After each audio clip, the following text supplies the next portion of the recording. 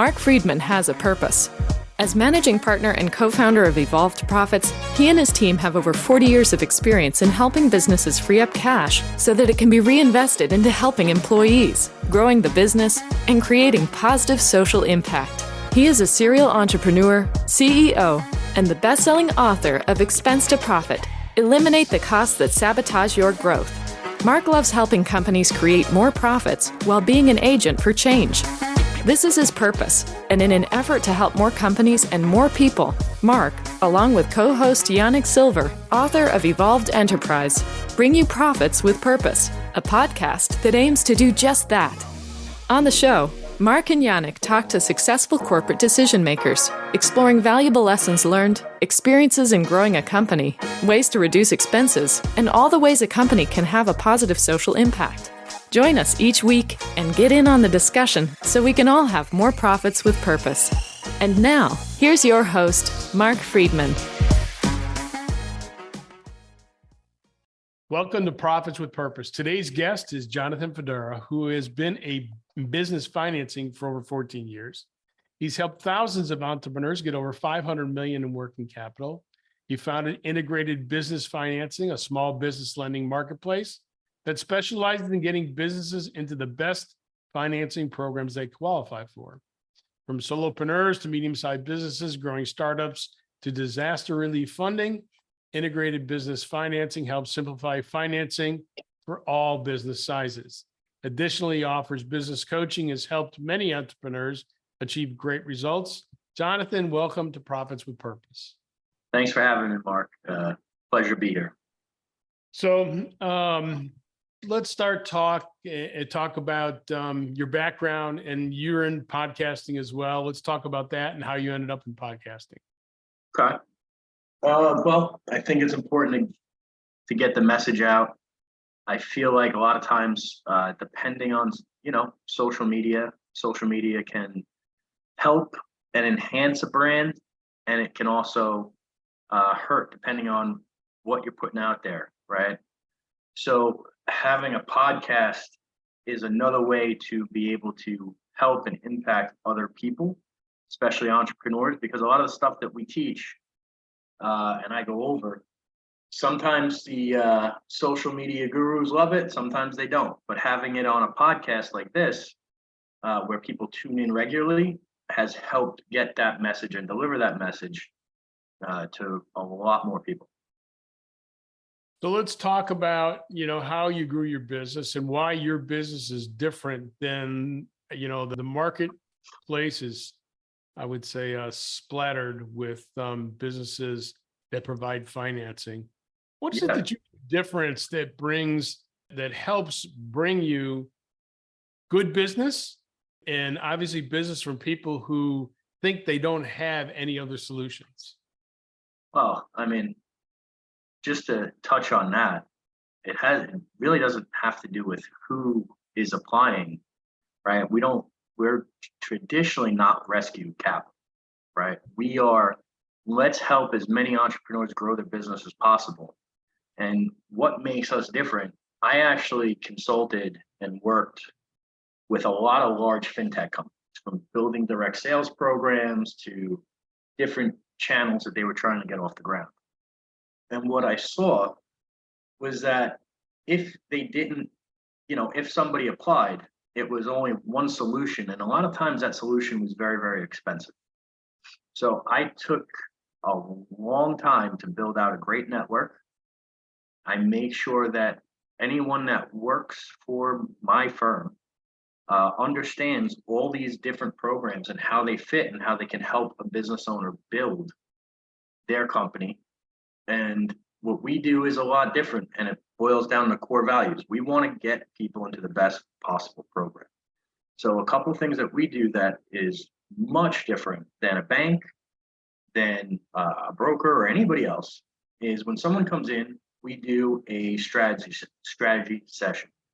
All right, we look at the numbers behind the company, meaning we're going to do a soft credit pull, we're going to pull their business credit. We use some of the same technology to go through their banks and look at their cash flow.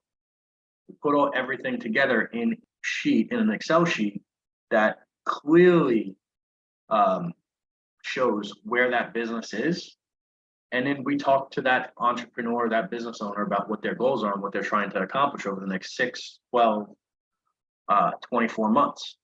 Okay. And then from there, that's a very high level discussion. We go and we work to get them what they need to accomplish their goals, whether it's something like invoice factoring, an SBA loan, a term loan, equipment financing, working capital, a line of credit, whatever it is, we put it all together. And then we go and we help the client get that. As opposed to if someone goes to a bank, it's going to be yes or no. They're either going to get a loan. Not every bank can actually write SBAs, right? So they might not get an SBA loan if you walked into a Chase. Also, they might just give you a line of credit when a line of credit might not actually solve the challenge that that business owner has, right? So it's knowing and having that high level of expertise and then putting everything together for our clients. And that's really what the difference is. And it took a lot of time to learn all of this and find the right outlets. So that's just some of the differences, right? Interesting. More of a holistic approach than a transactional approach. Yeah. Well, here's the thing. A lot of people don't understand. While some of the challenges are the same across different industries with certain businesses, you need to actually look at what's going on. I'll give you an example. If someone's business to business, a lot of people that are B2B and they're invoicing in net 15 or net 30 or net 45, right? Think about anybody in manufacturing, some services, they all come in and they're asking for a line of credit. And then when you ask them, why do they want a line of credit? They'll start saying things like, well, I have great AR, but I'm constantly waiting for it.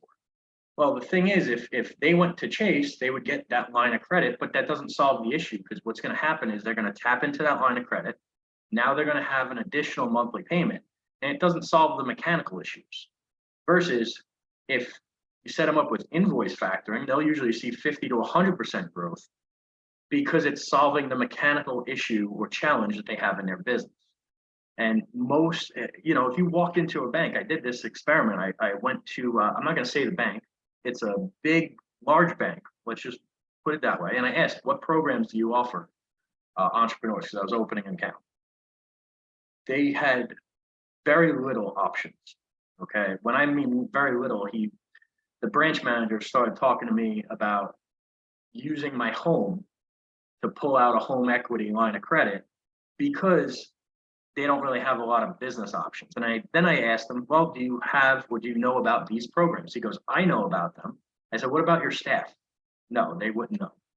Okay. And that's the challenge is entrepreneurs they don't have all the resources and the education that they need to actually grow their business. So I created Integrated and the coaching to help entrepreneurs get through that hump.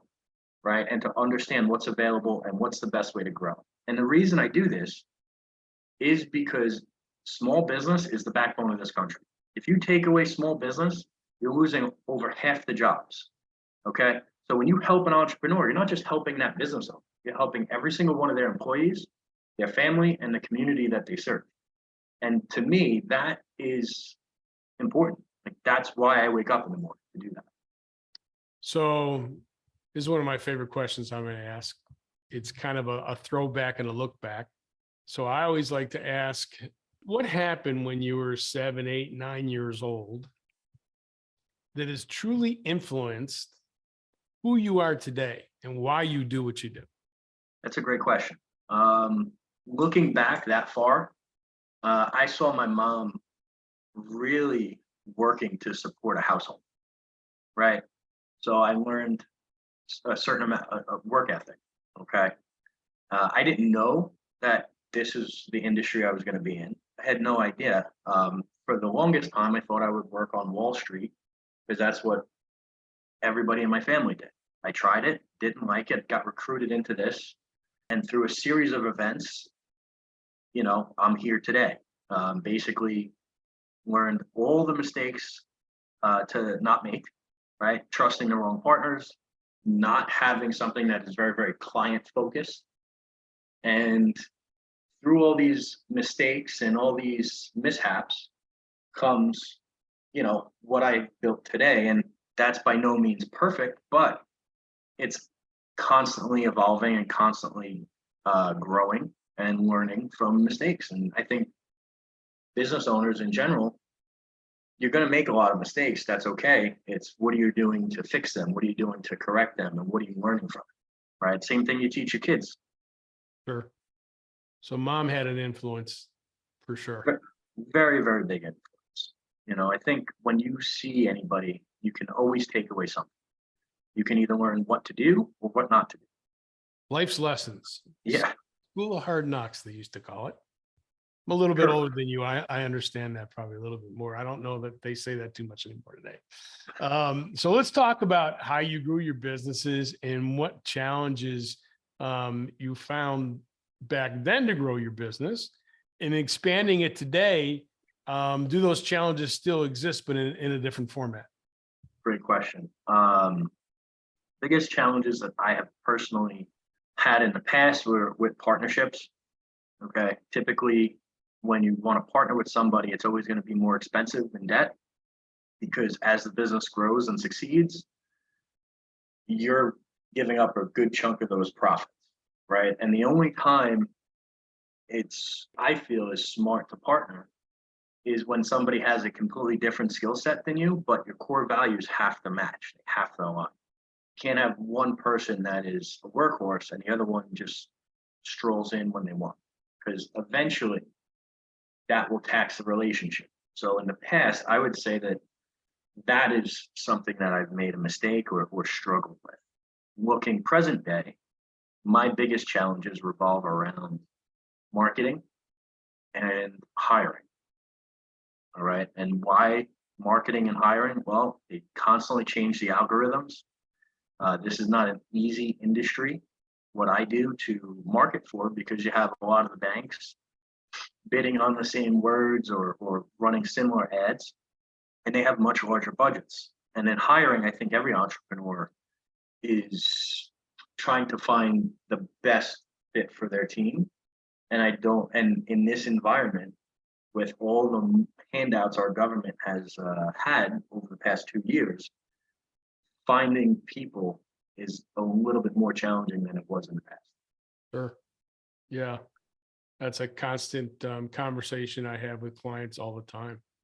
Is not necessarily also finding them, but when you do find them, keeping them. Yes. Because the cost to train somebody, people don't really think about that when you manage a business, but the cost to train people can be anywhere between, on the low side, maybe $25,000, and on the high side, $75,000 to $100,000, and then they disappear after 6 months for a competitor. Yeah. That always hurts a little bit. And so that I think is even a bigger challenge today. Once you do find them, assuming you can find them, is actually keeping them, because, but that's actually slowing down. That's the positive news is the bonuses out there that we were seeing, which were 5 figures, are now down to 4 figures. I think that's going to start to subside as everything, flows and ebbs through business. Yeah. One thing I will say to that, to help some of the listeners, something that I found very valuable. You're right. When you hire somebody, training them is a big expense, not just in money, but in time. And you can always make more money. You can't get back that time. So what I have done here, and that has been very, very successful for me, is I use a system called Trainual. You can use Trainual, Kajabi, there's a bunch of them. Sure. And every single role in my company, there is this training program. Basically, we've documented every little thing that each role requires, made a video.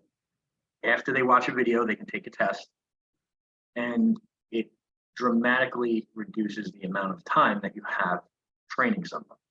So the first, let's say, 2 to 5 days, they're going to be watching videos, taking tests. To break that up, you have that person shadow somebody, usually somebody that's very, very strong in that role. And that's something that I have implemented that has made a big difference in how we operate, because it is hard to find people. And when you find them, you want to make the training process as seamless as possible so they have success right away. However, that does require time. And if you put in a little bit more time up front and document everything and have the right systems, you can scale a lot faster than if you were going to train everybody one-on-one. Yeah, brilliant. It's a repeatable task. So why not have it so that it's readily available? Brilliant. We do something similar in our business. So we just brought somebody on a couple of weeks ago, and he's been spending time going through the 16 different sessions we have on, how you do what we do. So very interesting. And like you, we also have a test at the end of each section to make sure that they garnered the knowledge before they can move forward to the next section. And if not, go back and review. So yeah, that I aspire to the same thought process, because I think it helps, both us and the new partner really get a good feeling of what we do and how we do it, and find out right away whether or not they're cut out. Yeah. Right. Cool. Yep. Self-teaching is something that's a very desirable skill in the workforce. And when you find people that can actually learn themselves, that don't need the hand-holding, it's a very, very valuable resource for your company. So you're involved in multiple endeavors. Why don't we talk about that, and then how you balance between all these different opportunities to make sure that each one is as successful as possible? It's a good question. The truth is, they're not all winners. They're not all successful, right? I could sit up here and say, hey, I'm 100%, with everything I invest in, but that's not the case. I've learned that what I'm really good at is financing and growth for entrepreneurs. I'm also really good at real estate. Running a gym, it was a franchise that me and two other partners got into that has been a lot more challenging. And I believe that, if I could look back, I probably wouldn't have made that call, especially with the current economic climate. It's been bad timing, but it's still there, still growing, but it's growing slower, right? I think that entrepreneurs have one of the biggest things I see repeatedly with people that are my clients is that they get distracted. They get taken off their game, or their focus has shifted. And as an entrepreneur, when you see that, it should raise a warning flag. And what I mean by that is, if you are really good and your business is growing, you can take some money off the table, maybe put it into something passive. But a lot of people struggle because they chase the shiny object instead of focusing on what their core competency is, what their main business is. And that's when I see a lot of people start making mistakes. I'm no different. I've done that as well. However, learning from past mistakes, I would say that the two things that I'm always going to be focusing on is real estate, and that's on a personal level, and then business finance, right? I've made multiple six-figure mistakes when I ventured outside, whether it's something on Amazon, whether it's owning a gym, or certain other industries I've invested in. There's very few things that are truly passive. And so I hope somebody can take that lesson and kind of run with it, and don't make an expensive mistake like I have. Yeah, distraction is a real problem in business, because, as you already mentioned, the one thing we can't get back is time. And when you get distracted, it's time eaten away that is not productive and does deter you from being more successful. Very interesting. Absolutely. Think about it like this. If you care about one thing and that is your cause and that is your purpose, you are obsessed with that 24/7. Okay. Everything you're thinking about doing, for the most part, revolves around that. Versus the person that has, many different interests and opportunities. All right. That person is going to be chasing every rabbit he sees. Okay. And he's not going to be focused. You can't compete with somebody that is their sole focus is on that one industry, that one cause. It just doesn't work. And in today's environment, focus is a superpower. And if you're not focused, you're going to lose to somebody who is. 100%. Brilliant. So I guess my next question is, like, in your business, other than the belly buttons, we can't control the cost of that really too much. It's market related. But what's the biggest expenses in your business? Is it your media spend for advertising, or are there other costs that hold you back from growing? That's a really good question. So the absolute biggest cost we have is commission and referral expense. Okay, so you categorize that under probably people, right? We pay our guys very well. And so that's probably if we're looking at a P&L, that's going to be the highest expense. Right under that would be marketing, right? $10,000 to $20,000 a month, every single month adds up, right? But those are probably the two biggest expenses in this business. And I think if someone were to start this business from scratch by themselves, there's a lot more expenses than just what we went over. But because I've been in this so long, I've kind of done away or minimized a lot of those expenses. Right. Interesting. So we put a big focus on positive social impact, hence the name of our podcast. What are you guys doing to give back to the community? Good question. Personally, I donate to charities that I feel worthy. Most charities, if you look under the hood, are slush funds. That's something a lot of people don't know. And I make sure that when I do donate, it goes to people that need it. In terms of making a very, very big impact, our impact is made on our clients, and that reverberates through their community, right? So their employees and the people they serve. That's our mission. Our mission is to support small business when it feels like the last 2 or 3 years, everything has been done to hurt small business or set small business owners back. Crazy, right? It's intentional. Okay, there's no other way. I read a stat the other day that the majority of business owners are struggling to pay their rent this month in full. Okay, probably I want to say 47%, but it could have been 37%. And that doesn't shock me, because what we're dealing with right now is high inflation, supply chain issues, and basically like stagflation. So people are having labor shortages, they're having supply and inventory shortages.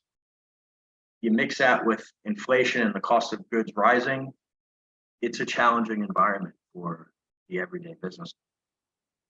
So what's the best piece of advice you've ever been given? And if you attribute it to a person, who would that person be? Great question. I would say that it's very important, if you're running a business, to find people that have built what you're trying to build or something similar and learn from them. Okay. You're going to make mistakes, but you don't have to make every mistake yourself. So I think one of the things that has served me so well is learning from people that have built what I want to build. There's a lot of coaches out there. There's a lot of influencers that really haven't built too much.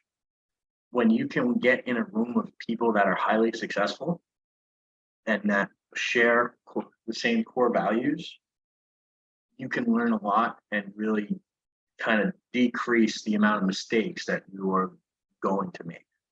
So I think that is a real big takeaway for anyone that's listening, is to find your people, get in the same room with them, and learn as much as you can.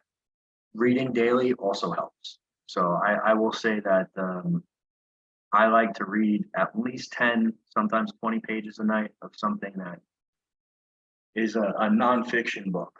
And usually I want to learn about things that I am weak at, learn, and then implement those things in my business. That has also helped a lot. Well, is there anything that I haven't mentioned that you want to touch on? I mean, I'm an open book. You can ask any question you want. I don't do scripted shows or podcasts. So No, we don't typically either. That's why it kind of flows like it flows. So I guess if we had a client that was looking for financing, are there specific things that they need to do before they would sit down with someone like you? I would go through and help them with a strategy session for free. But the main things that people have to kind of do and put into place before they apply anywhere. One, you always want to know what your credit is. Okay. I can't tell you how many times people think they have great credit and there's something on there that is will impact them. Not just their credit, but you want to know your personal credit and your business credit. Everyone should be monitoring that at all times. Even if it's something as simple as like using Credit Karma, which is very, very wrong. It's very far off what their actual score will be. I would just use it to monitor the situation. Same thing. If you want to look at what your business credit looks like, go to Dun & Bradstreet. Do not use NAV. They will resell your information. Dun & Bradstreet, you should be okay. Next, understand how much you need and what it's going to. So if you need to buy equipment, that's one program. If, like we discussed invoice factoring earlier, if you're having trouble because you're net 15, net 30, net 45, that's a different program. Okay. So you want to be able to articulate how much you need, how it's going to help the business, and what challenge are you trying to solve with the money. Next, you want to understand your cash flow, basic things. Rule of thumb, you want to keep between 5 and 10% of your average monthly sales in the bank at all times. I know that sounds very commonplace, but a lot of people don't do that. Okay. So keep enough cash in the bank, understand what fluctuations you have, like some of the other things that they're looking at in terms of cash flow, deposits, average daily balances, any type of seasonality, right? These are all things that go into play when you're getting financing. And then next, how profitable are you, right? How up to date are your books? A lot of entrepreneurs fall behind in bookkeeping, and it's very hard to improve what you can't measure accurately. All right. You should be keeping up to date books, and just know that when you go for larger financing, when you want to buy a building or you want an SBA loan, most of the time they're looking at your profit margins from the last 3 years. So if you're writing it all down, or you're trying to claim a loss every year, that will impact the entire process. Also, when you go to sell your business, if that's something you're looking to do, people are buying profit. They're not buying, total revenue. And there's a big distinction there. So just know that keep your books in order. I think the magic number to get $350,000 from the SBA is $45,000 in profit. So most business owners can do that, and you still don't have crazy tax exposure on something like that. So I think just that will help a ton of people in general before they apply. If they're just monitoring those things, keeping up to date books, and they can articulate what they need and what they're doing with the funds, they should be in pretty good shape. Cool. Thanks. Of course, we'll put this in the show notes, but where can listeners go to learn more about you or get in contact with you if they'd like? The website's an easy one. So Integrated Business Financing. You can follow us on YouTube. We put out a ton of content, and all you have to do is search Integrated Business Financing. If you want to follow me personally, it's Jonathan Federa on Instagram and on Facebook. If you need anything, please reach out. I'm an open book. I'm happy to help. That's really about it. Jonathan, thanks for being a guest on Profits with Purpose. Thanks for having me, Mark. I appreciate it. Thanks for listening to this episode of Profits with Purpose. Don't forget to subscribe. And if you are interested in reducing the expenses of your business, creating positive social impact, or contributing to the show, reach out to Mark or Yannick with Evolved Profits by emailing podcast@evolvedprofits.com or visiting the website www.evolvedprofits.com.